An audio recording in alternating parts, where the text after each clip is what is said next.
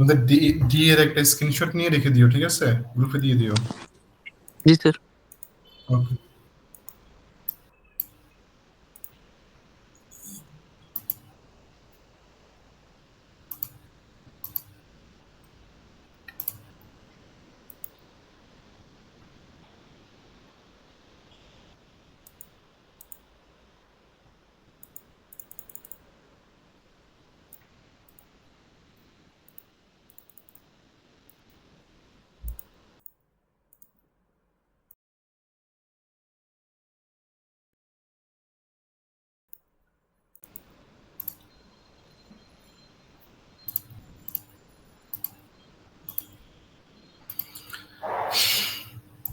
আচ্ছা, এবার আসো আমাদের একটা ইন্টারেস্টিং টপিক, এটা হচ্ছে ইনফ্লেশন।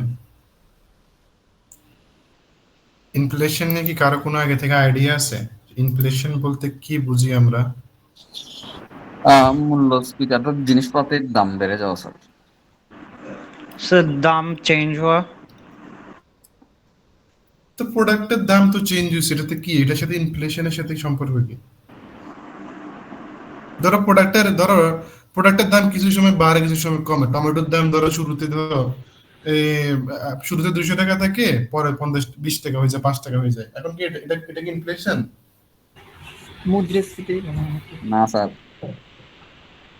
ধরো এই যে তোমাদেরকে আমি এটা উদাহরণ দিলাম, যে আমি তোমাদেরকে বলছি যে ধরো দাম বাড়ছে কেরোসিনের, দাম বাড়ছে ডিজেলের, দাম বাড়ছে অকটেনের, কিন্তু সেলস কমে গেছে কিসের? মোটরসাইকেলের। মোটরসাইকেল। এখন ধরো ধরো এই যে সেলস কমে গেল, দাম বাড়ে গেল হুট করে, অকটেন, ডিজেলের, ফুয়েলের, এটা কি মানে ইনফ্লেশন? না স্যার। না কেন? তুমি তো বললে, একটা কে জানি একটা বললো যে কোন দাম, জিনিসপত্রের দাম বেড়ে যাওয়া মানে ইনফ্লেশন। এখন দেখো, ইনফ্লেশন জিনিসটা হচ্ছে যে মানি সাপ্লাইয়ের সাথে রিলেটেড। মানি সাপ্লাই মানে ধরো তোমার হাতে যে টাকাটা আছে, এই টাকাটার ক্যাপাসিটি কমে যাওয়া। তোমার হাতে যে টাকাটা আছে, এই টাকাটার ক্যাপাসিটি কমে যাওয়া। ধরো একটা সময় তোমার দাদা, বুড়ো দাদা দাদি আছে, তারা বলে না, তারা যে 1 টাকা দিয়ে তারা 1 কেজি চাল কিনছে, অনেকে বলে না। এখন তখনকার 1 টাকার ক্যাপাসিটি মানে 1 কেজি চাল কিনার, বর্তমানে 1 টাকার ক্যাপাসিটি কত? একটা চকলেট কিনে, তাই না? জি স্যার। বা নিয়ার টু জিরো, কিন্তু কোনো কিছু দিবে না হয়তো অনেক সময়, তাই না?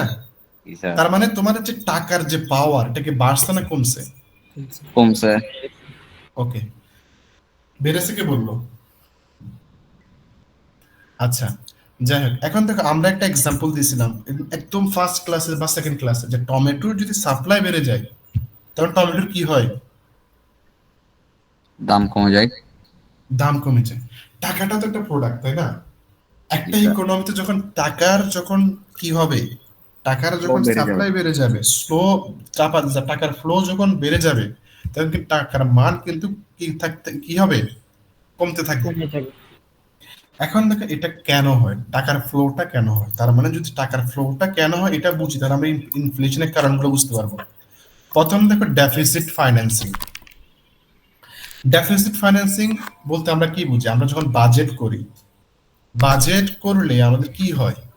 বাজেট করে যখন আমাদের সরকার যখন বাজেট করে, সে বলে যে আমরা এই একটা ফিসকাল ইয়ারে আমরা এখানে এত টাকা দিব, এখানে এত টাকা দিব, এখানে এত টাকা দিব, কিন্তু ওর কাছে কি সব টাকা থাকে? না স্যার। ওর কাছে সব টাকা থাকে না। ও কি করে, এবার কি করে, যে টাকা দিবে বলছে, মানে বিভিন্ন রকম গভর্নমেন্ট থেকে, যেমন বাংলাদেশ ধরো রাশিয়া থেকে টাকা লোন নিতে পারে, পারে। পারে।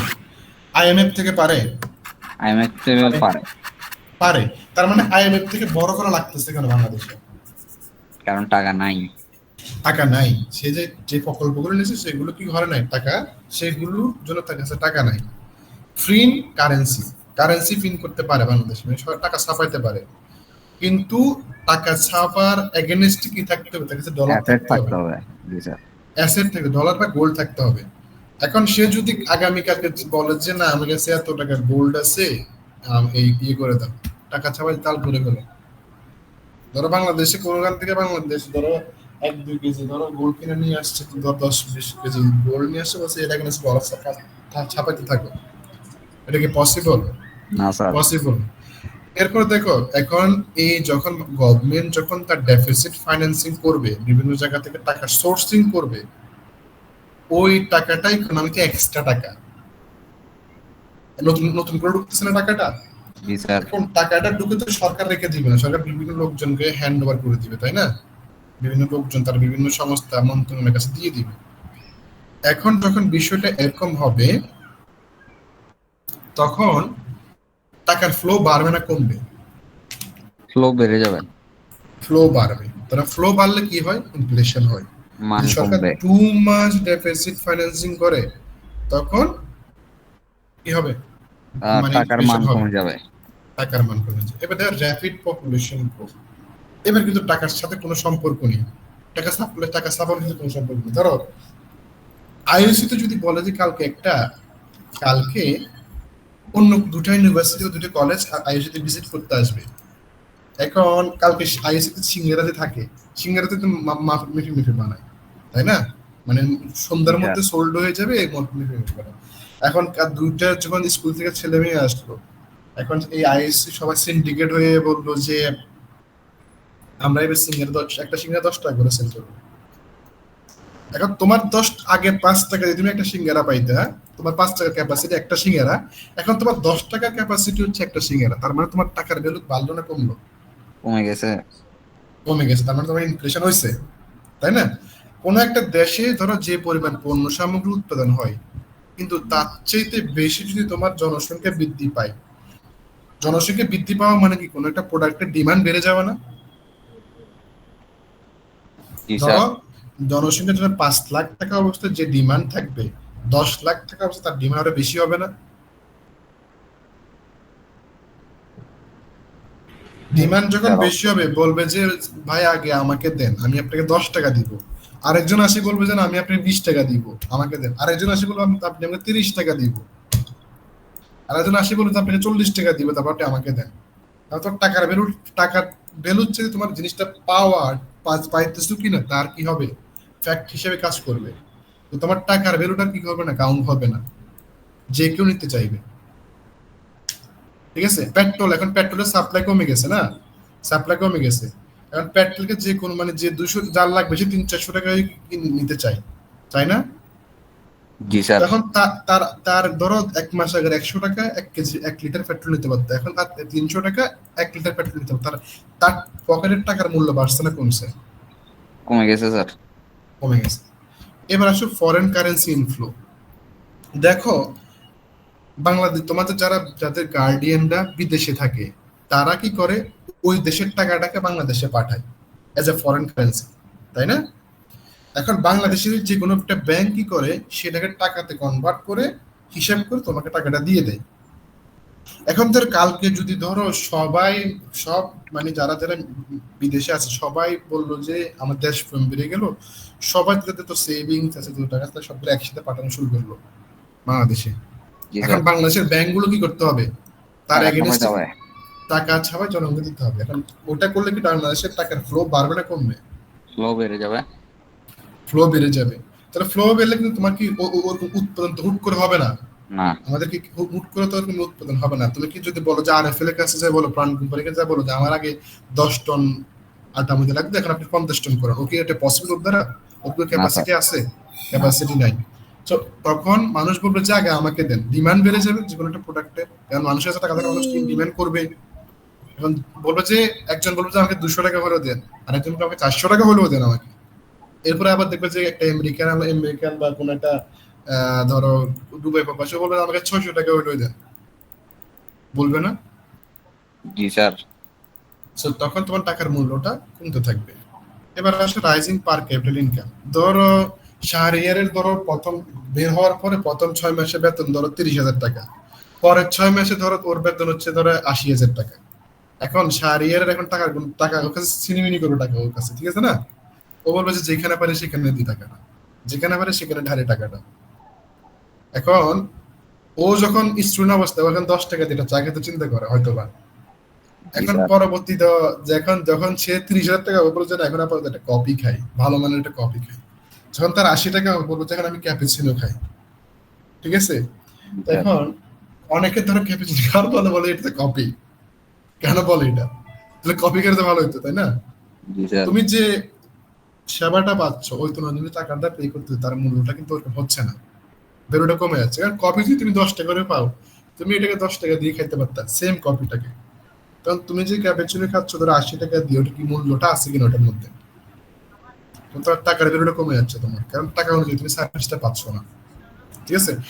এখন তোমার যদি ইনকাম যখন বাড়ে যায়, ধরো তুমি এখন কোন একটা বিষয় তুমি ধরো পার কিউবিক ইনকাম বাড়লো, তোমার বেতন 30 থেকে 80 হাজার টাকা হলো, তুমি যেখানে একটা জিনিস কনজিউম করো তুমি এখন 5টা জিনিস কনজিউম করো। তুমি যেখানে 5 মাসে ধরো একটা একটা টিস্যু পেপার বক্স ইউজ করতে, এখন তুমি 3টা ইউজ করবা।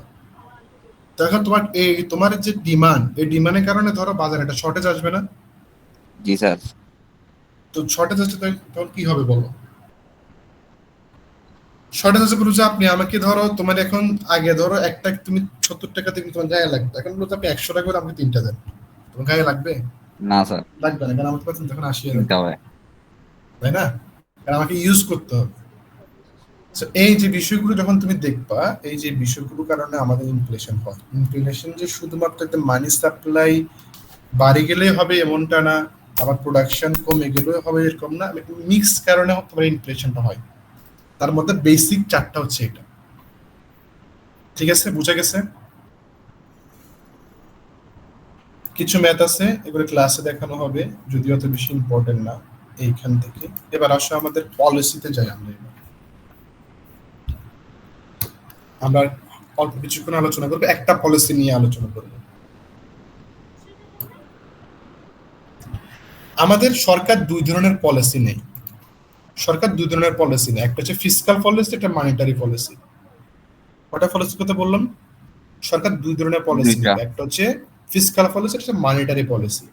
ওকে, আমরা যতক্ষণ ধরে ইনফ্লেশনের কথা বললাম, ইনফ্লেশনটা বেসিক্যালি মানে মেজরিটি কেসে মনিটারি পলিসির কারণে ইনফ্লেশনটা হয়। ঠিক আছে? আচ্ছা,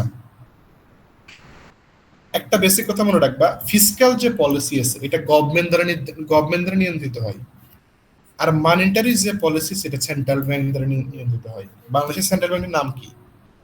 বাংলাদেশ ব্যাংক। বাংলাদেশ ব্যাংক। আচ্ছা, সেন্ট্রাল ব্যাংক কেন? মানে কিছু আছে, ধরো ধরো সিটি ব্যাংক আর সেন্ট্রাল বাংলাদেশ ব্যাংক, এর মধ্যে পার্থক্য কি? একটা হচ্ছে টাকা ছাপাতে পারে আর একটা টাকা ছাপাতে পারে না। এটা পার্থক্য না। তাইলে ধরো একটা একটা হচ্ছে নিয়ন্ত্রণকারী, যে নিয়ন্ত্রণ করে সবগুলো ব্যাংকে নিয়ন্ত্রণ করে, কন্ট্রোল করে, রেগুলেশন সেট করে, সব পলিসি বাস্তবায়ন করে। আর একটা হচ্ছে যেগুলো ব্যাংক, নর্মাল ব্যাংক, এরা হচ্ছে যে মানে ব্যাংকিং বিজনেসটা করে, বাংলাদেশ ব্যাংকের সেট করা রুল অনুযায়ী ব্যাংকিং বিজনেসটা করে। ঠিক আছে? ধরো বাংলাদেশ ব্যাংক হচ্ছে গার্ডিয়ান সব সব ব্যাংকের, আর বাকিরা হচ্ছে তো তার তার এখানে তার অধীনস্থ কর্মকর্তা। বুঝতে পারছো? এগুলো হচ্ছে কয়েকটা ফ্যাক্ট। এবার আসো ফিসকাল পলিসি, মনিটারি পলিসি। আমরা দেখি ফিসকাল পলিসিটা কি।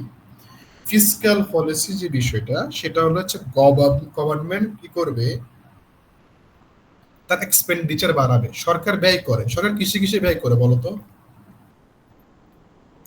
সরকার কিভাবে ব্যয় করে? প্রথম প্রশ্ন হচ্ছে এটা, সরকার কিভাবে ব্যয় করে? প্রতিরক্ষা, তারপর অনেক কিছু খাত হুম। আছে স্যার ওখানে। আচ্ছা, সরকার, আমি তোমাকে একটা জিনিস কথা একটা প্রশ্ন এভাবে চিন্তা করতে হবে, সরকার ব্যয় করলে কি হয়? প্রথম হচ্ছে সরকার কিভাবে ব্যয় করে, সেকেন্ড হচ্ছে সরকার ব্যয় করলে কি হয়, কি ঘটে। প্রথম কথা হচ্ছে সরকার কিভাবে ব্যয় করে। এর আগে আমরা পড়ছি না, সরকার বড় করে, মানি বড় করে। জি স্যার। বড় করলো সরকার, কিছু টাকাটা বড় আইএমএফ থেকে এনে সেন্ট্রাল ব্যাংকে রাখলো। এবার সে কি করে রেখে দিবে? না। সে রেখে দিবে না। সে কি করবে? সে সে টাকাগুলোকে ইকোনমিতে ছাড়বে। কিভাবে ছাড়বে? প্রথম দেখো, তুমি সে যদি শিক্ষা খাতে বিনিয়োগ করে, সে কিভাবে বিনিয়োগ করতেছে? সে বিভিন্ন স্কুলে টাকা দিচ্ছে, টিচারের কি করতেছে, টিচারের পেমেন্ট করতেছে। তার মানে সরকার থেকে টাকাটা কার কাছে আসলো? জনগণের কাছে আসলো। এবার টিচাররা কি করবে? টিচাররা মার্কেটে যাবে, মার্কেটে গিয়ে কি করবে? কিনবে কিছু। কিছুর কিনবে। কেনার পর কেনার পর এই টাকাটা ইকোনমিতে ঘুরতে থাকবে। এবার আসো, সরকার একটা একটা একটা যে কোনো একটা প্রকল্প নিল, ধর সরকার একটা রোড বানাচ্ছে, রোড বানাতে সরকার কি করতে হবে? টাকা র মেটেরিয়াল কিনতে টাকা হবে, কিনতে হবে, শ্রমিক নিতে হবে। শ্রমিক নিতে হবে, মেশিন পত্র ধার করতে হবে, তাই না? এবং এর এগেনস্টে মেশিন কিনলে, মেশিন ধার করলে তার এগেনস্টে রেন্ট দিতে হবে। সে যে কোনো একটা পাবলিকের তো জিনিসটা, তাই না? যে কোনো একটা ব্যক্তি মেশিন কিনে এটা সরকারকে ভাড়া দেয়, জি স্যার। এটা তো জানো। জি স্যার, যে ঠিক কোনো একটা আছে। ব্যক্তি ঠিকাদার। এরপরে ধরো লেবার যখন দিবে, লেবারের কাছে একটা ওয়েজ দিতে হবে। তার মানে তার কাছে যে টাকাটা সেন্ট্রাল ব্যাংকে সে আনছে বড় করে, এগুলোকে জনগণের কাছে দিয়ে দিচ্ছে, তাই না? জি স্যার। এটা সে দিচ্ছে। এখন সে টাকাটা জনগণ থেকে নিবে কিভাবে? ট্যাক্সের মাধ্যমে। হ্যাঁ, ওটা যাওয়ার আগে আমি এখন তোমাকে বলি, এখন কথা হচ্ছে আমি টাকাটা কিভাবে মানুষের কাছে যাচ্ছে এটা আমি শিখলাম। এখন এটা যাওয়ার পরে কি কি এফেক্ট পড়তেছে? মানুষের কাছে টাকা বেড়ে যাচ্ছে। ওটা তো একটা জাস্ট বিনিময়। এছাড়া কি হচ্ছে? মানে টাকা তো শুধু সরকার কি, তোমাকে মনে হয় সরকার শুধু মানুষকে টাকা দেওয়ার জন্য একটা পলিসি নিচ্ছে? তোমার কাছে কি এটা মনে হয়? না। তার তার বিভিন্ন কি আছে, এজেন্ডা আছে একটা প্রকল্প নেওয়ার ক্ষেত্রে। ধরো সে প্রথমে এজেন্ডা হচ্ছে তার একটা রাজনৈতিক এজেন্ডা, সে বাস্তবায়ন হলো, জনগণের কাছে টাকা গেল, জব ক্রিয়েশন হচ্ছে এখানে। জি স্যার। জব, তার মানে জব ক্রিয়েশন হওয়া মানে কি আনএমপ্লয়মেন্ট কমা, জি স্যার। তাই না? জি স্যার। আচ্ছা, ধরো আমরা জব যখন ক্রিয়েশন হবে, আনএমপ্লয়মেন্ট যখন কমবে, এটা ইকোনমিতে কি হিসেবে ভালোভাবে আসবে নাকি ধরো খারাপ ভাবে আসবে? ভালো। ভালো। তার মানে জব যখন ক্রিয়েট হচ্ছে, তার মানে ওই জবের এগেইনস্টে কোনো একটা সার্ভিস বা কি গুড উৎপাদন হচ্ছে না? জি স্যার, হচ্ছে। গুড উৎপাদন হলে এটার ভ্যালু কোথায় যোগ হয়? ওই জিডিপিতে। জিডিপিতে। তার মানে তার জিডিপি বাড়বে। এখন জিডিপি বাড়াটা একটা কি সরকারের জন্য একটা কি চ্যালেঞ্জ না? জি স্যার। সে চ্যালেঞ্জটা মোকাবেলা করবে। তার মানে দেখো ওর মানে একটা এজেন্ডার পিছনে অনেকগুলো কি থাকে, উদ্দেশ্য থাকে, ঠিক আছে? এখন দেখো তোমার অর্থনীতিতে অনেক টাকা আছে, সরকার আবার ফিসকাল কি করলো, ফিসকাল পলিসি নিল। তার মানে সে কোথাও একটা টাকা ঢাললো, টাকা ঢেলে কোনো একটা প্রোডাক্ট উৎপাদন করবে, এটা থেকে ইনফ্লেশন কমবে নাকি বাড়বে? স্যার বুঝি না, আবার একটু বললে ভালো হয়। ধরো ধরো অর্থনীতি ইনফ্লেশন আছে, ইনফ্লেশন থাকা মানে কি টাকা বেশি আছে, তার এগেনস্টে কি গুডস এন্ড সার্ভিসেস কম আছে, রাইট? কম আছে। জি স্যার। ওকে। এখন ধরো এই অবস্থায় সরকার আবার ফিসকাল পলিসি নিল, সরকার একটা ফিসকাল পলিসি নিচ্ছে। এখন এইটার কারণ এটা কি ইনফ্লেশনকে হেল্প করবে নাকি আরো বাড়াবে?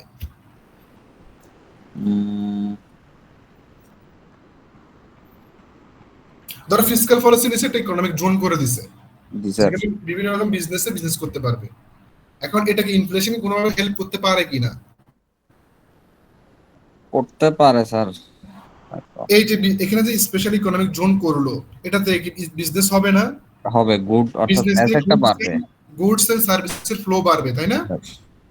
গুডস এবং সার্ভিসেস ফ্লো বাড়লে তোমার এই যে টাকার সাপ্লাই বেশি, গুডস এন্ড সার্ভিসেস সাপ্লাই কম, এর মধ্যে একটা গ্যাপটা মিনিমাইজ হবে না? জি স্যার। তখন কি ইনফ্লেশন ইনফ্লেশন কি কমবে। বাড়বে না কমবে? কমবে। কমবে। বুঝতে পারছো? জি স্যার। আসো, এবার আসো হচ্ছে যে যদি ফিসকাল পলিসি নেয়, ফিসকাল পলিসির অবজেক্ট অনেকগুলো থাকে। আমরা প্রথমে বুঝলাম ইকোনমিক গ্রোথ। ইকোনমিক গ্রোথ মানে কি? উৎপাদন বাড়া, তাই না? কোনো কিছু উৎপাদন বাড়া, প্রোডাকশন বাড়া, তাই না? ওকে, তো আমরা জানলাম যে যদি কোনো একটা ফিসকাল পলিসি নেয়, এটা তো উৎপাদন এমনি বাড়াবে। উৎপাদন বাড়লে এটা কি কোথায় যে অ্যাড হবে? ফাইনালি কোথায় যে কাউন্ট হবে এই উৎপাদনের মূল্যটা? জিডিপিতে স্যার। তার মানে জিডিপি যদি তোমার এই বছরের জিডিপি যদি 6.5 হয়, নেক্সট ইয়ারের জিডিপি যদি 7.5 হয়, তাহলে কি ইকোনমিক গ্রোথ হয়েছে কি হয় নাই? হচ্ছে স্যার। হয়েছে। তার মানে ফিসকাল পলিসির একটা অবজেক্টিভ হচ্ছে ইকোনমিক গ্রোথ করানো বা গ্রোথকে বৃদ্ধি করা। এরপরে এমপ্লয়মেন্ট ক্রিয়েশন। সরকার যতগুলো প্রজেক্ট নেয়, এই কি ওখানে কি সরকারের শুধু সরকারের দলের লোকেরা কাজ করে নাকি এর বাইরে অনেক জনসাধারণের কি হয়, জব ক্রিয়েশন হয়? জব ক্রিয়েশন হয়। সাপোজ ধরো ফ্যামিলি কার্ড একটা সরকারের একটা এজেন্ডা, এই এজেন্ডা বাস্তবায়ন করতে গেলে সরকারের অনেকজন লোক প্রয়োজন হবে না?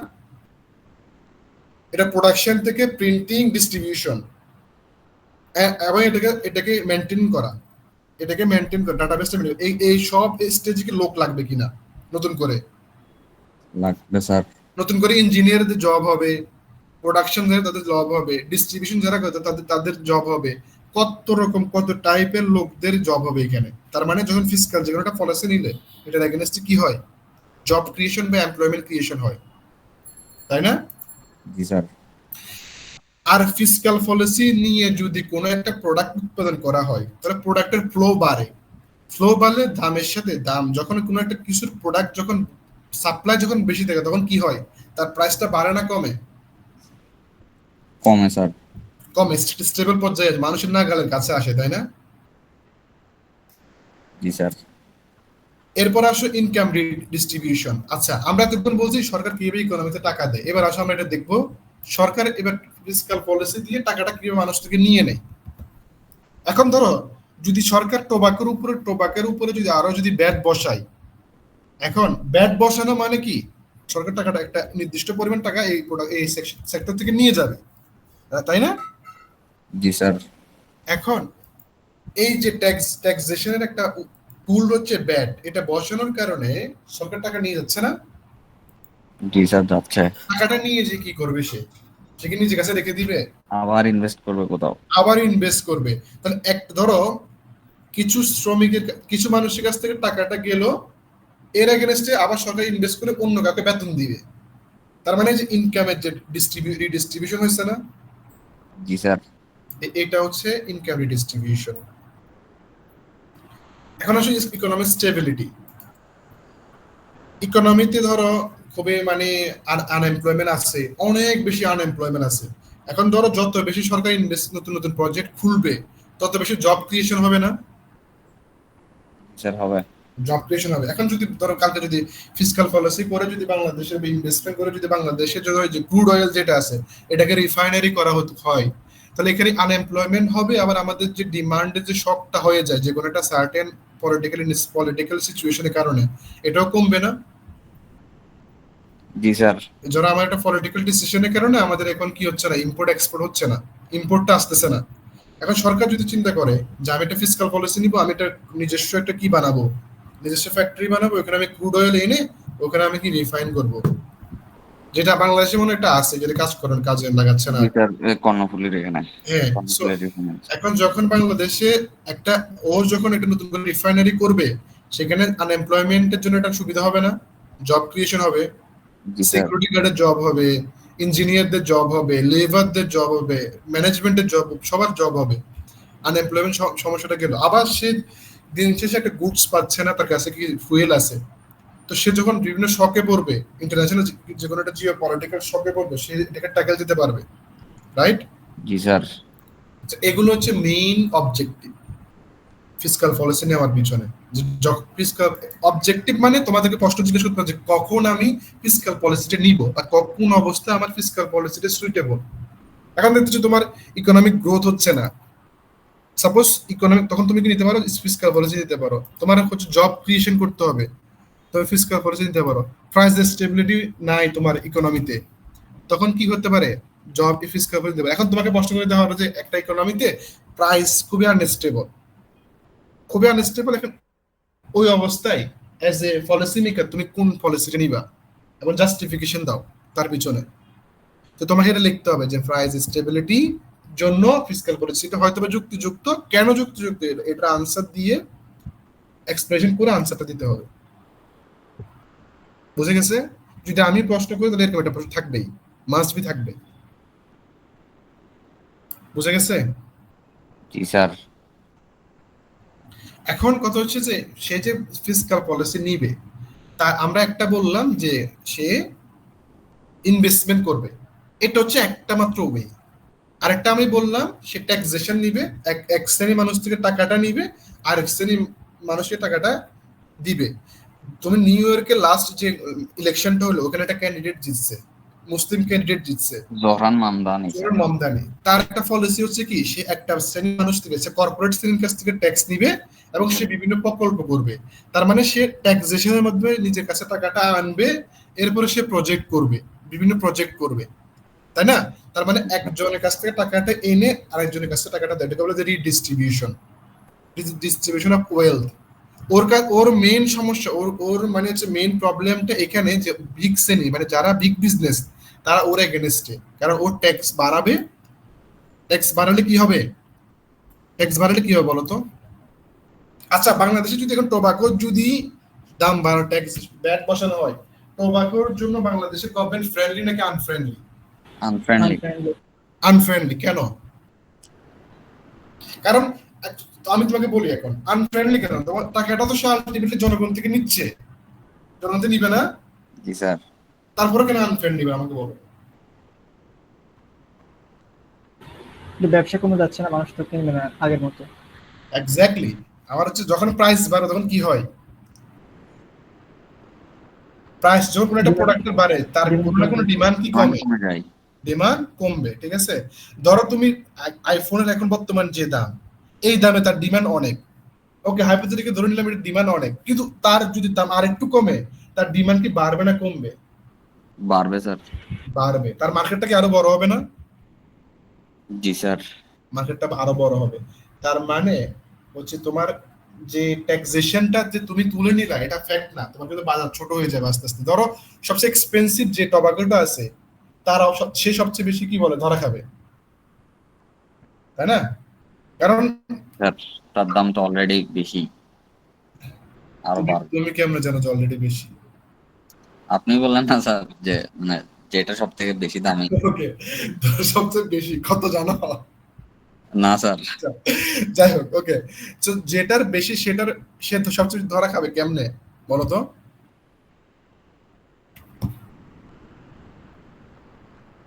ধরা খাবে কিভাবে বলো? স্যার কারণ তার হচ্ছে যে তার যে কাস্টমার গুলো আছে সেগুলো শিফট হয়ে যাবে, কারণ প্রত্যেকটা কাস্টমার তার ইনকাম অনুযায়ী কি করে, ইনকাম অনুযায়ী সার্ভিস বা গুডটা কনজিউম করে। কনজিউম করে। এখন যে ধরো অ্যাডিক্টেড, যে অ্যাডিক্টেড সে তার একটা নির্দিষ্ট নাম্বার অফ টবাকো তাকে কনজিউম করতে হয়, তাই না? এবার সে যদি বলবে যে আমার নাম্বার অফ ফ্রিকোয়েন্সি লাগবে, সে তখন ব্র্যান্ড কম্প্রোমাইজ করা শুরু করবে। যদি চালের দাম, ধরো আমরা যে চালটা খাই, আমরা যে চালটা আমরা ধরো মিডল ক্লাস বা আপার মিডল ক্লাস খাই, জি স্যার। ওগুলোর দাম যদি এক্সপেন্সিভ হয়ে যায় তারা শিফট করবে কিসে? তারা একটা মোটা চালে শিফট করবে।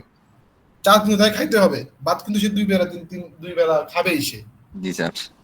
তো সেক্ষেত্রে টোবাকোর ক্ষেত্রে কি হবে, মানে সে নাম্বার অফ ফ্রিকোয়েন্সি সে কনজিউম করে তবে কিন্তু অন্য ব্র্যান্ডে চলে যাবে, ঠিক আছে?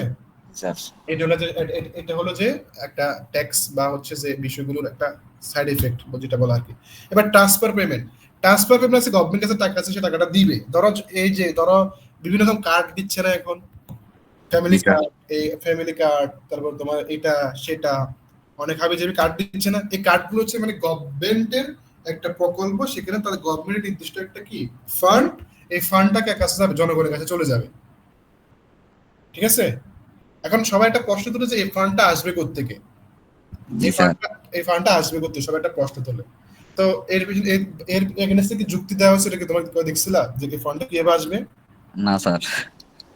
দেখে নিও এটা, যদি প্রশ্ন থাকে এটা প্রশ্ন হইতে পারে, স্যার যদি অ্যালাউ করে, ঠিক আছে?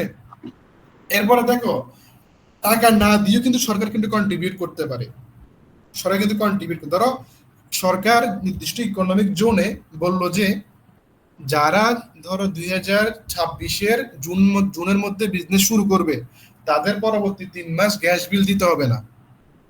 তুমি একটা জিনিস খেয়াল করবে, চেন্নাই নাকি তামিলনাড়ুর একটা মনে হয় কোন একটা অভিনেতা মনে হয় এখন নির্বাচিত হয়েছে, সে একটা ডিসিশন নিয়েছিল যে যাদের 100 ইউনিটের নিচে খরচ হবে তাদের বিদ্যুৎ বিল দিতে হবে না। আচ্ছা, ওকে, গুড এনাফ। এখন কথা হচ্ছে বিদ্যুৎ বিল সে দিবে না, কিন্তু সে এই যে বিদ্যুৎটা সে কনজিউম করবে তার একটা প্রোডাকশন কস্ট আছে না, এগুলো তো গভর্নমেন্ট পে করতে হবে, গভর্নমেন্ট পে করতে হবে, এটাকে বলে সাবসিডাইজ, ঠিক আছে? জি স্যার। সরাসরি জনগণকে টাকা না দিয়ে কি করা, জনগণের কোনো একটা ফ্যাসিলিটি দিয়ে দেওয়া জনগণকে। যেমন তোমার ফোলিও, আমরা তোমাদেরকে ছোটবেলা ফোলিও আছে না? জি স্যার। টিকা পেয়েছি। তোমাকে টাকা ফোলিও টিকার এক্সট্রা টাকা দেওয়া লাগছে? না স্যার। কিন্তু এটা কি ফ্রি আসছে? না। গভর্নমেন্ট কি করতেছে এটাতে কন্ট্রিবিউট করে, কি করতেছে? তোমাকে একটা সেবা দিচ্ছে, জি স্যার। তাই না? ওকে, এবার আসো পাবলিক বরোয়িং, বন্ড, ল্যান্ড, ডেপ্ট, এটা হচ্ছে আরেকটা তোমাদের এই প্রথম তিনটাতে বেশি ফোকাস করবা, এই তিনটা বেশি গুরুত্বপূর্ণ, ঠিক আছে?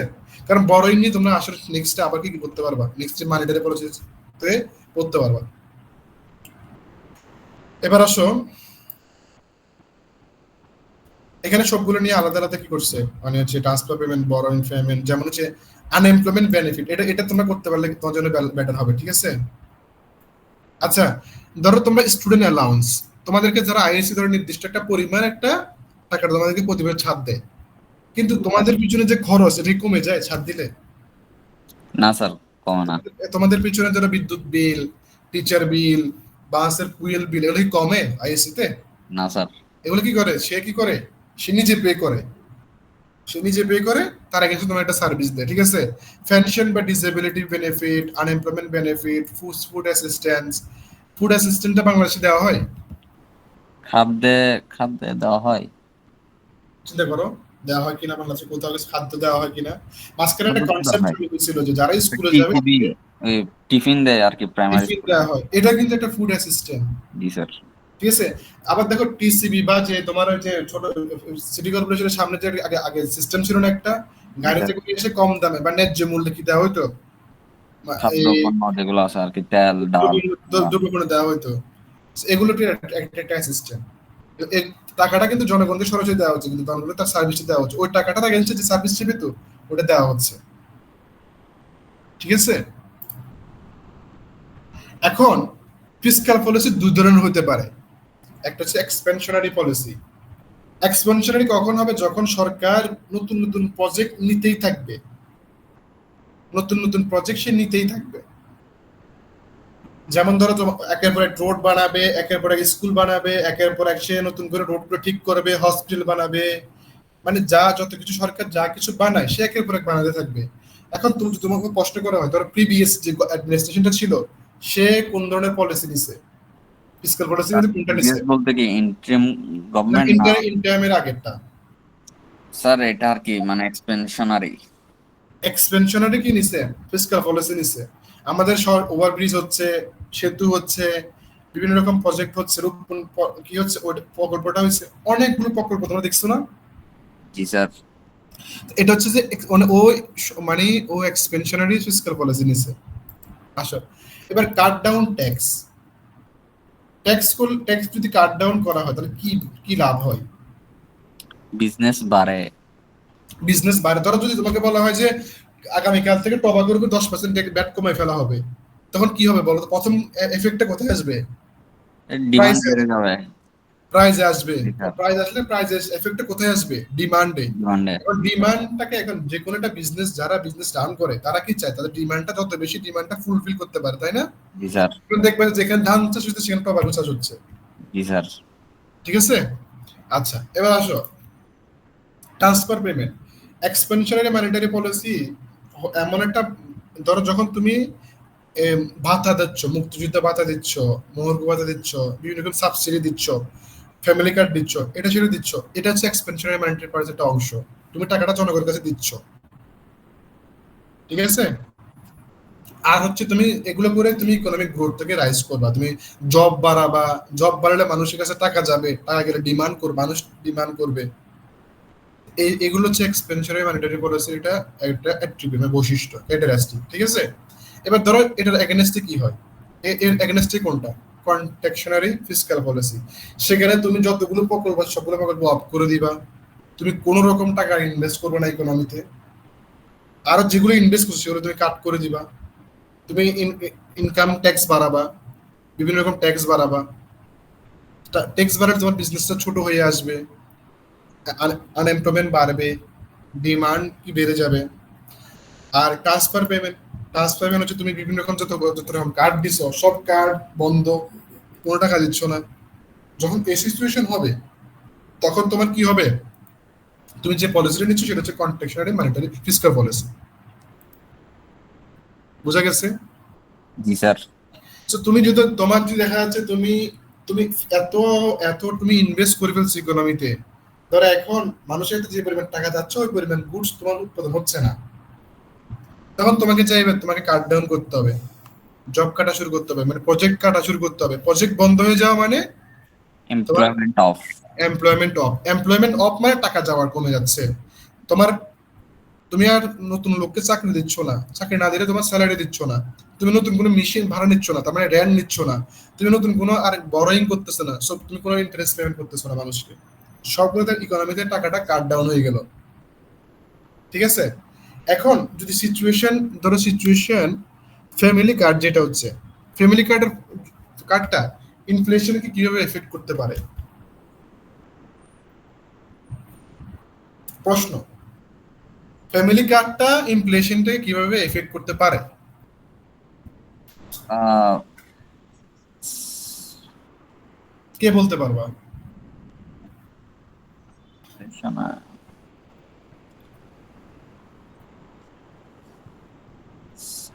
স্যার পজিটিভ নেগেটিভ দুইটাই তো বলা যায়। হ্যাঁ বলো, এক্সপ্লেন করো। পজিটিভ নেগেটিভ দুটোই হতে পারে, যে কোনো একটা ডিসিশনে পজিটিভই থাকবে নেগেটিভও থাকবে, তাই না? একদম পারফেক্ট কোনো ডিসিশন তো ইকোনমিতে হয় না। তো এখন বলো তো এটা কারণে কি পজিটিভ কি হতে পারে, নেগেটিভ কি হতে পারে?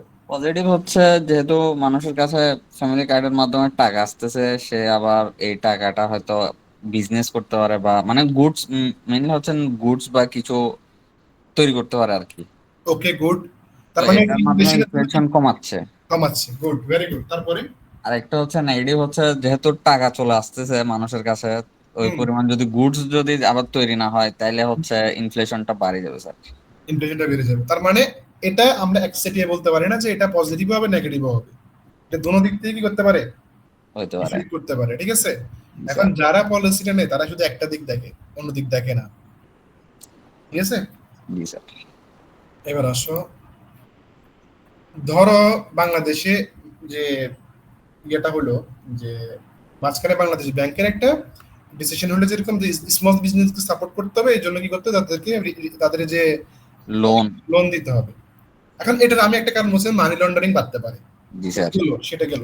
কিন্তু এটা আরো অনেকগুলো সাইড আছে, যেমন এটা কিন্তু পজিটিভও কিন্তু কিছু হইতে পারে। জি স্যার। পজিটিভ কি হইতে পারে? যদি তারা আসলে যদি টাকাটা খাটায়, হুম, যদি ইয়া করে প্রোডাক্টস বানায়, সেল করে, হ্যাঁ, তাহলে তো অবশ্যই ভালো। হ্যাঁ, ভালো কি হবে, আমার এখানে কি হবে, এমপ্লয়মেন্ট বাড়তেছে। এমপ্লয়মেন্ট বাড়তেছে, রিসোর্স কাজে লাগতেছে আমার, এবং এটা আলটিমেটলি জিডিপি কে কি হেল্প করতেছে কি করতেছে না? করতেছে। করতেছে। ওকে, এবার আসো আমরা এখান থেকে এটা জাস্ট একটা সামারি। এখানে একটা কথা বলা আছে, এক্সপেনশন মানে হচ্ছে স্টিমুলেট করা, মানে ইকোনমিটা মানে গরম করা, মানে এটাকে ফায়ার করা। আর কন্ট্রাকশনারি মানে হচ্ছে যে ঠান্ডা করানো। ঠান্ডা করা। এটা এখন যদি তোমাকে বলা হয় এটার ট্রু, এটা কি ট্রু না ফলস, জাস্টিফিকেশন করো, করতে পারবা? আহ, হ্যাঁ করা যাবে স্যার। এক্সপেনশনের মানে তো আমি বাড়াচ্ছি, আমি জি স্যার, বাড়াচ্ছে। কমাচ্ছি, প্রজেক্ট নিচ্ছি, আমি বেনিফিট দিচ্ছি, ফ্যামিলি কার্ড দিচ্ছি, এটা সেটা দিচ্ছি। আর এটা দেওয়ার পর আমার টাকা এত বেড়ে যাচ্ছে যে এখন পুরো সবার কাছে টাকা, সবাই খুব গরম যে আমাকে দেন, আমাকে দেন, আমি কিনবো, এটা কিনবো, এটা করবো। এখন তুমি এই সিচুয়েশনে গার্ডার করতে হলে কিভাবে করতে হবে? তুমি এটা কন্ট্রাকচুয়ালি মনিটরি পলিসি নিতে হবে, ওই টুলস গুলো ব্যবহার করলে তোমার ইকোনমিটা কাম ডাউন হয়ে আসবে, ঠিক আছে? জি স্যার। এটা হচ্ছে আমাদের ফিসকাল পলিসি, হচ্ছে যে কি ফিসকাল পলিসি নিয়ে বেসিক লেভেলের আইডিয়া, ঠিক আছে? আমরা কি আজকে মনিটারি পলিসিটা পড়বো? আহ স্যার সময় তো মনে হয় বেশি নাই। সময় বেশি নাই, সবাই কি বলে?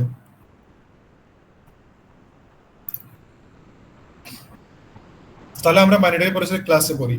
হ্যাঁ, আমরা মনিটারি পলিসির ক্লাসে পড়বো, আজকে ফিসকাল পলিসি থাকবে, ঠিক আছে? জি স্যার। এবং নেক্সট ক্লাসে একটা কি হবে, নেক্সট ক্লাসের পরে একটা অ্যাসাইনমেন্ট দেওয়া হবে আর কি, আচ্ছা স্যার। ঠিক আছে? ঠিক আছে স্যার। তাহলে এতটুকু থাক, আল্লাহ হাফেজ সবাই। ঠিক আছে। কোনো প্রশ্ন আছে কিনা না স্যার। কোনো কিছু নিয়ে? ওকে, ঠিক আছে, তাহলে আল্লাহ হাফেজ। আসসালামু আলাইকুম স্যার।